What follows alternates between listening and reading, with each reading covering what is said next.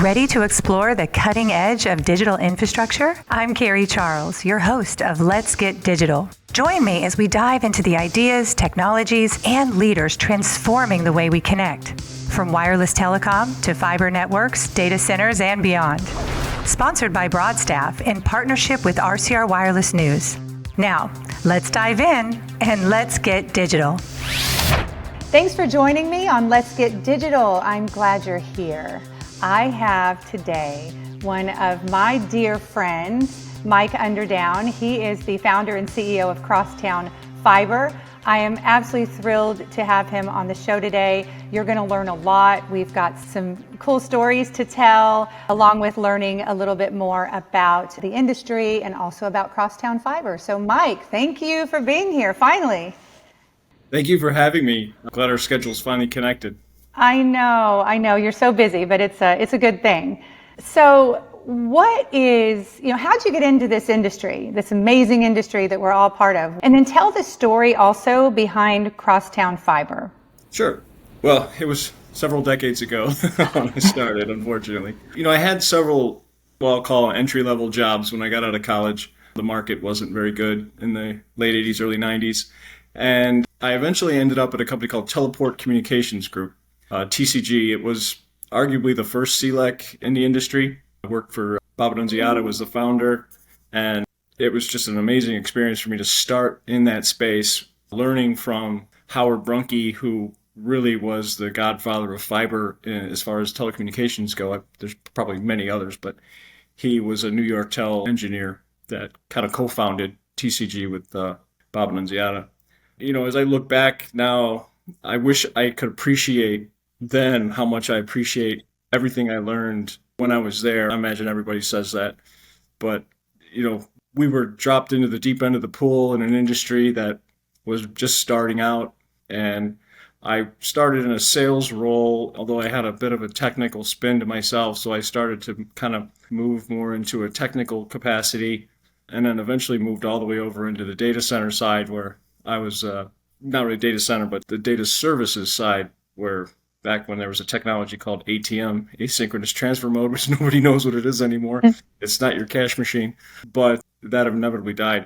I was at TCG right up until AT&T acquired us in late 98. And that's when I realized that I didn't really fit well in the large corporate world. I needed a little more space and grace to do what I like to do. And so somewhere after, 6 or 9 months, I resigned from AT&T and went to work for Adelphia Business Solutions, which was a company owned by Adelphia, which, didn't have the greatest end to it, but again, learned a lot about network development, network deployment. I was a area executive for Adelphia in the Midwest and based out of Chicago, and where I really got to understand network construction, IRUs in particular. We weren't really doing IRUs, in the 90s.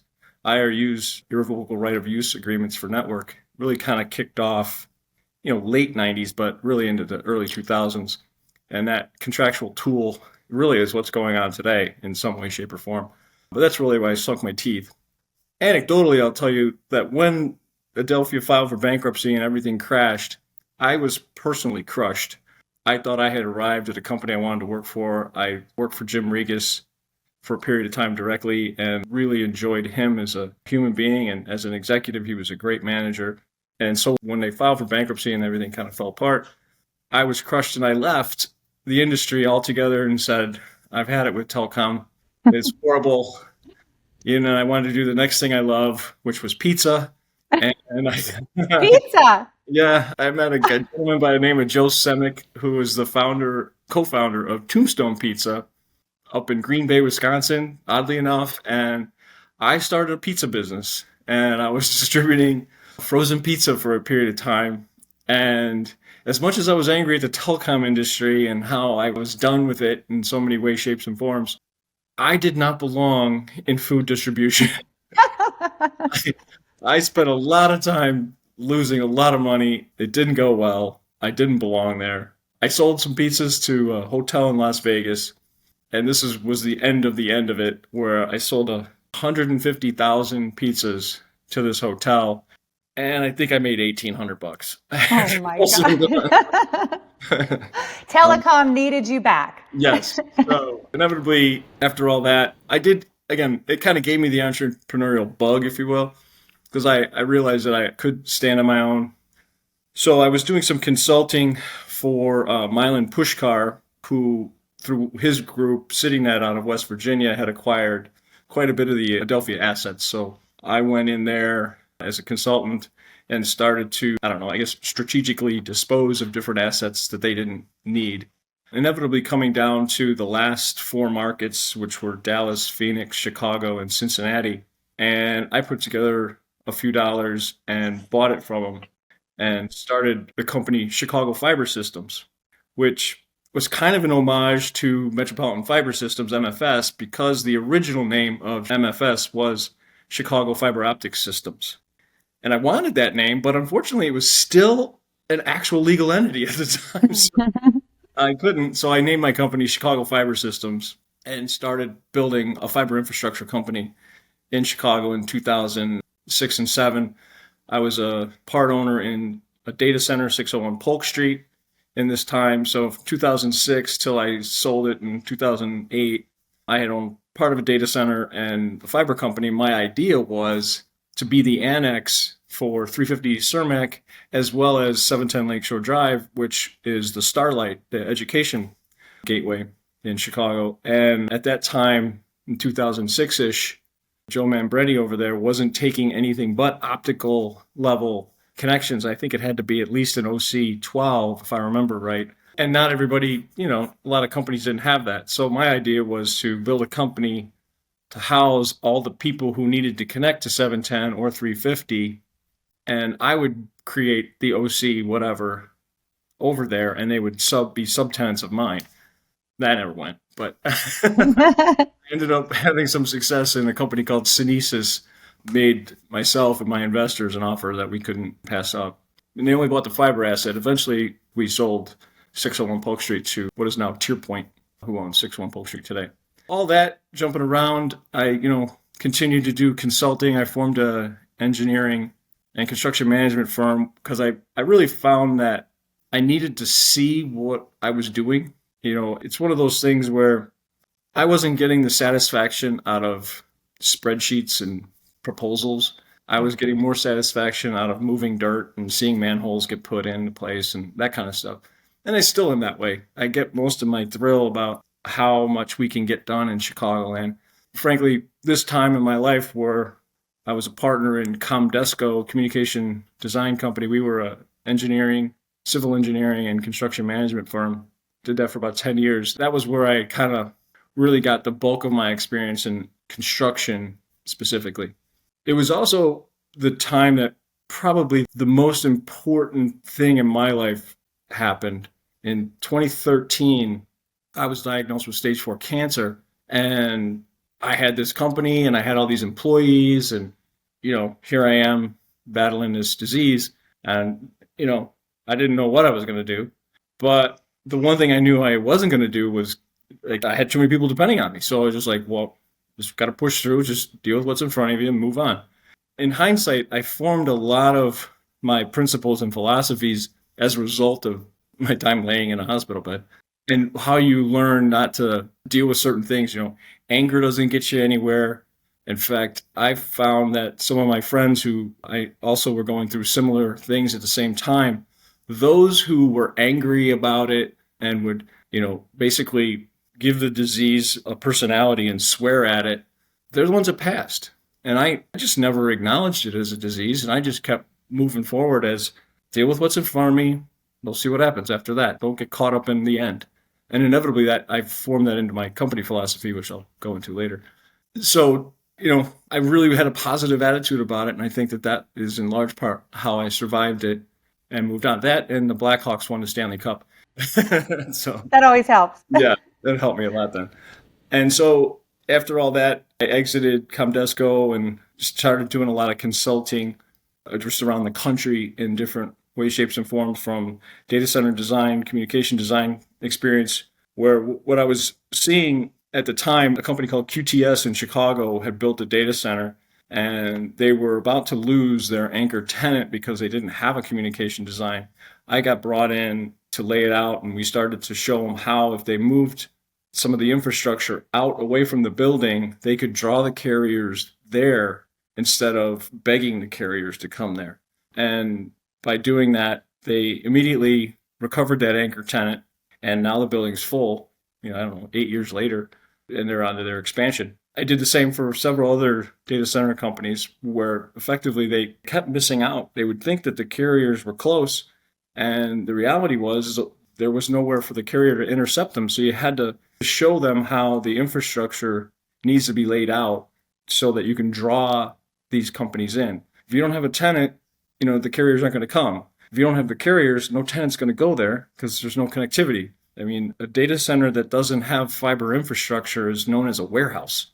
It's nothing. So you've got to have that interconnection to the ecosystem. So anyway, I did that for a while. And then in 2019, I was asked to consult on a project in Chicago where a company out of Texas had won an E-rate award for the Chicago Public Schools. And I was asked to be a part of the team. And so I started. We inevitably formed a CLEC to build instead of partnering. And through that course, the company out of Texas is still part of Crosstown, the minority equity participants now.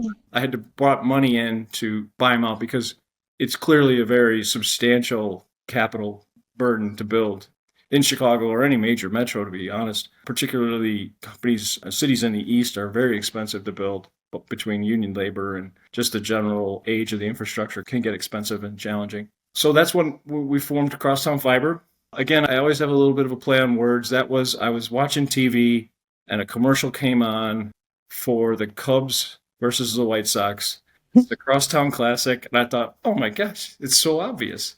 So Crosstown Fiber was born out of a commercial. And so I love it. Mike, I want to thank you for sharing your story, your personal story. And, ever since I met you, you have just been such an inspiration on so many levels, but especially when it comes to, how you beat cancer. And I know you're an inspiration to so many people that know you. So thank you for sharing that. And, I can't wait to get in a little bit to, how you incorporate that into your company culture. Just give an outline of, who is Crosstown Fiber and what you do and who you serve.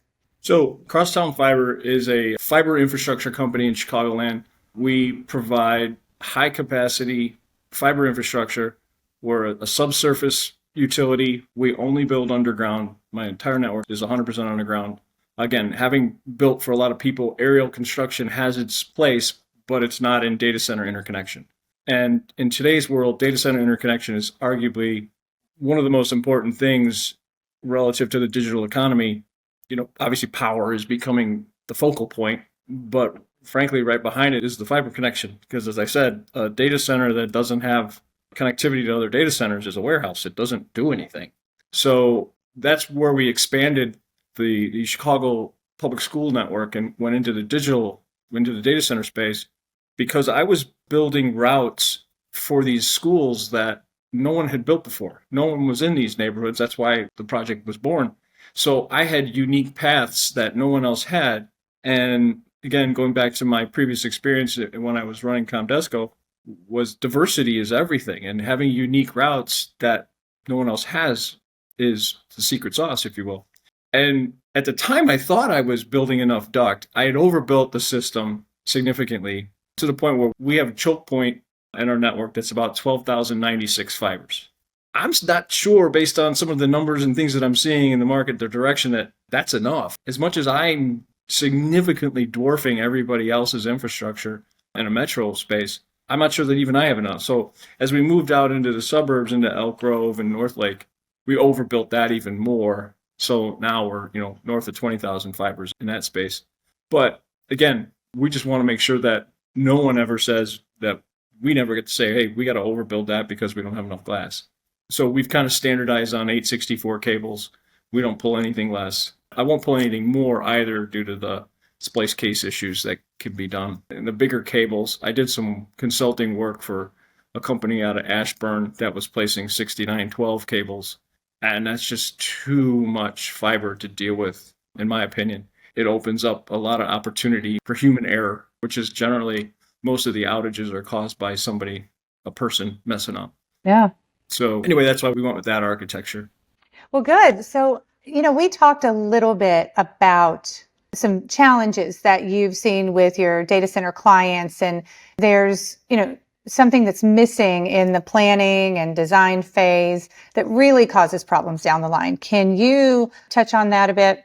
Sure. Again, not every data center is created equal. So some of them don't have this issue, but many of them do. Particularly the issue for a lot of the data center operators, not the actual hyperscaler itself, but the data center operators that are out there and or developers, when they're building a $200 or $300 million site, spending an extra $20 million on communication infrastructure is kind of in the noise. It doesn't really affect it that much. And that's their opportunity to push that infrastructure out and away, taking care of some of the jurisdictional issues and right-of-way issues that can come up, whether it's a waterway, a gas main. There's so many data centers by airports now. They forget about the fuel lines for the airport. Sometimes they'll build a data center right adjacent to a fuel line. I know of a data center where they built this thing, and the east side of the street is a high-pressure gas main that the utility owns the whole street. And then the southern barrier is the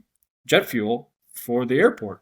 And when you do anything, they're all over you. If they feel the vibration, the pipes have vibration sensors on them.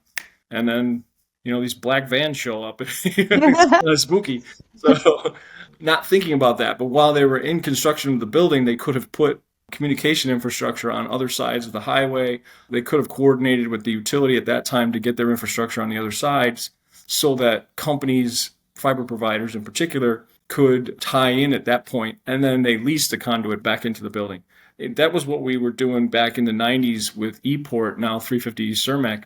We pushed that infrastructure out as far away from the building as we could because there was so much challenges around the McCormick Place area. So you pushed it to the other side of the tollway because tollway rights were challenging and things of that nature, and railroad stuff. It's always a pain. So whenever I see these companies try to do it after they built it, my experience is asking for $1 million after you've spent $100 million is way harder than adding $1 million while you're spending $100. Mm-hmm. And so it's that pre-planning and understanding where you sit in the ecosystem, not just in your plot, but actually how it interconnects to the rest of the system that you're going to participate in. And I know there's a lot of competition between the operators and things of that nature, but it's a frenemy situation where you're competing, but you have to interconnect with Digital Realty. You have to interconnect with Equinix.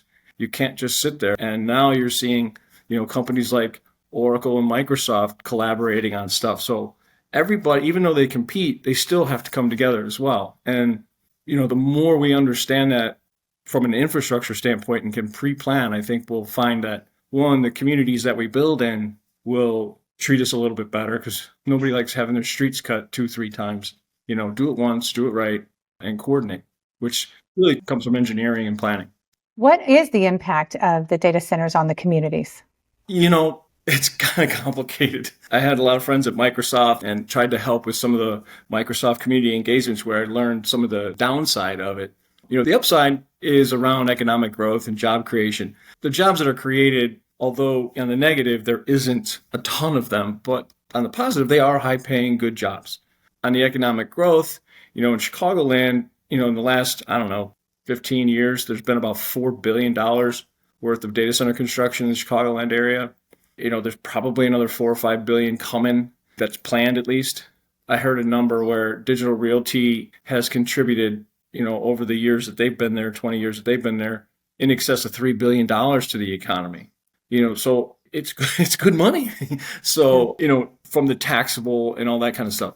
As you look at like infrastructure, by building these data centers, particularly in communities that may be further out or may not have the same digital equity, if you will, these data centers could enhance connectivity and infrastructure out there. They're certainly going to upgrade the power grid in those communities as well. So the benefit of that power grid is there, all very positive. On the negative, depending upon architecture and design, historically water usage was a big thing.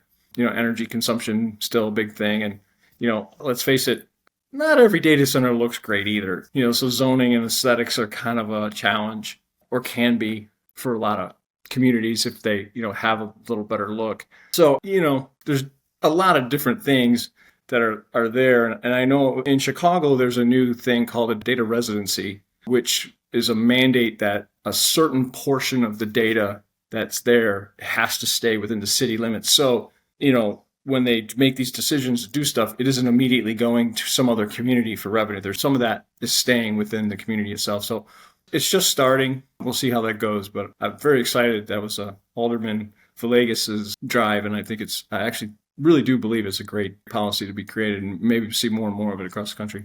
Let's switch gears to your company culture. And I really would love to hear about how, your experience with cancer, helped you to create some of your values in your company. Yeah, so I got a little philosophical when I was doing that stuff, and it was kind of fun for me as I started to think about things and what I was going to do. And it kind of stemmed from being a scientist. I should actually go back. One of the things is when you're laying there and you're trying to figure things out and you're trying to take calls and you're typing on your computer and there's nothing else to do, because a hospital is nothing but a series of naps. So at any given time, at any time of night, you're awake. So I kind of came up with this idea. Well, it's not my idea. I read about it. I was reading a lot of philosophy, and I got really heavy into Stoicism and Taoism. But one of the things that struck me is doing right because it's right has become the cornerstone of what I try to do. And what that means is no matter what benefit to you, do the right thing because it's the right thing. And when you sit back and you take a moment and you analyze, sometimes even when you do something good for someone, you did it because you yourself benefited from it. And it wasn't because it was the right thing to do. You did it just because you felt good at the end. You knew that by helping this person out, effectively, you were helping yourself and made yourself feel great. So don't necessarily be all proud and great about yourself because you think you did the right thing. You only did the right thing if the only reason you did it was for the principle of right or righteousness. So I get a little weird on that one every once in a while. I love it. I love that, Mike. I do. So from that, I started to go into it a little more, like what does right mean and all that. And so it's more about objectivity of it all. So being a scientist was kind of where I went. And being a scientist is really about being curious. You think about your 2-year-old is really a scientist. They're really, what's that? What's that? So being curious and not having a judgment about what it is you're asking about. You're just asking and you just try to you see what it is, which kind of drove me to really focusing on the process of things. So I know we all tend to want to jump to the outcome. And I used to say this a lot. I have my cover from my iPhone, when you hold it up to someone, they say, well, what color is this? And they'll say, it's black. I said, well, actually, I bought it. It's charcoal gray. Right. If you had gone through gathering all the data, gathering all the different things, take the time to go through it all, you might find that it's not exactly what you thought it was. And in today's world in particular, with all the different things in data and stuff, it's really difficult to necessarily know what it is. So when you jump to an outcome, in my opinion, you're almost always going to be wrong. Not because the outcome itself was different, but you missed out on some learning component along the way that had you, no matter what, forced yourself to go through the data, because outcome bias is a very, very real thing. And that's the part that I think people don't give enough respect to, is when they start to try to do things or make decisions about stuff. And that kind of outcome bias is what creates these silos. And people then form the silos and they work in this thing because I know what I'm doing, or, doing right because it's right. I'm a hero. I want to be a hero. Well, had you collaborated on it, hero, you wouldn't have taken you 3 weeks to do it. You would have got it done in 2 days because you could have had a bunch of people help you who knew, this. So all these things kind of come together in the workforce, is to, doing these things and taking the time to just flow through it makes everything much, much better. And frankly, easier, and almost a better product and higher quality. And in my opinion, that's the kind of the dedication to excellence is really where that all comes from. It's, collaboration is just a challenging thing for a lot of people, not because they don't want to collaborate, but they're not rewarding themselves when they do. And so you try to work that through. And, as a coach of teams or whatever, you kind of see that at times. And that's, again, some of that experience came from that. I coached sports for a little while as well. So I love those analogies, especially of the cell phone. It's great. What do you say drives you every day? Like, you are a mission-driven human being. And so what is it? What makes you just say, look, I have a job to do in this world? I just really hung up on connectivity, both as people, again, my collaboration, but also in the space. And there's been such poor architecture and infrastructure over the years that I really love the fact that I'm able to participate in new builds, brand new everything. I'm not the incumbent. I don't look like one of my competitors. I really, truly want to be what people measure excellence in our infrastructure space. I do think I have the greatest team of employees who are spectacular at their jobs. I have the greatest team members in my contractors. I don't even like to call them contractors. They're really, truly partners. We collaborate on everything. I've known most of these partners for decades, so I either worked with them or for them or alongside them, whatever. It's amazing to see what happens when you get everybody in a room and we have a problem, and we have a lot of problems. So building in Chicago is not easy. Between the policies and different entities and railroads and counties and all the stuff that everybody deals with, for whatever reason, this last few years has been the most challenging in all the years that I've done it. And I don't think we could have gotten, just under 400 route miles of network that we have. We couldn't have gotten that done without the team that I have. And I really, truly believe and I'm thankful that I have these people in my life. They're great. I have met some of your team leaders as well as, we staff for you as well. And everyone loves your culture. They stay for a very long time.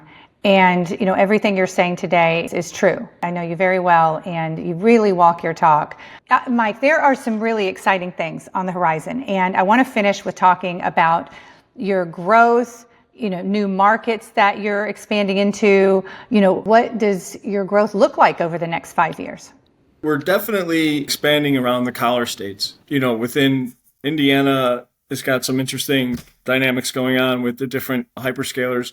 We're kind of seeing, from the Chicagoland-based point, kind of a 90-mile ring around Chicago is kind of the area that we're looking at, which gets you into Milwaukee, or just south of Milwaukee, into really Benton Harbor, Grand Rapids, Michigan, all South Bend, all that stuff. So we're looking at a lot of those opportunities to expand. We will look at those from what I call the DBO model, which is design, build, operate. We'll partner with someone of the Fortune 5 hyperscale types and work with them on builds that are, again, unique. I don't want to look like anybody else. I don't want to be along the rail.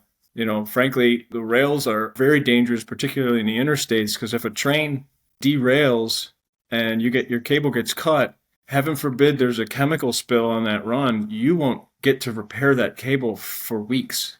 And, you just can't get back there. And, it's an environmental thing. So those are the dangers that I just don't want to participate in. So I want to make sure that we're building away from all those things, because it just seems like more and more we're having issues around chemical spills and different reasons why you can't get to whatever it is you need to get to. And if you plan for it or plan away from it, you mitigate that risk. And that's really how we think about things. Is I don't want anybody calling me. I want to make sure we stay all the time and we do the right thing because it's the right thing. Yes, you do. And Mike, I am just so excited to see you and your team's success. It's well-deserved. How can we reach you? What is your website? Our website is crosstownfiber.com. Again, it's a fairly simple website at the moment, but it has our maps relatively up to date. But, feel free to reach out anytime. That's fantastic. And I know that you attend pretty much every conference that there is in your industry and our industry. I see you there. So I know I'm going to be seeing you in a couple weeks at ITW, and I'm sure at many, many more. So I appreciate you coming on the show. This is awesome. It feels so good. Thank you for sharing and just being so authentic. Thanks for having me, Carrie. We'll talk soon. Yep, absolutely. Thanks for tuning in to Let's Get Digital. This podcast is powered by Broadstaff, a national staffing firm specializing in digital infrastructure talent. Don't forget to subscribe, leave a review, and join me next time as we explore more stories at the intersection of technology, talent, and transformation. Until then, let's get digital.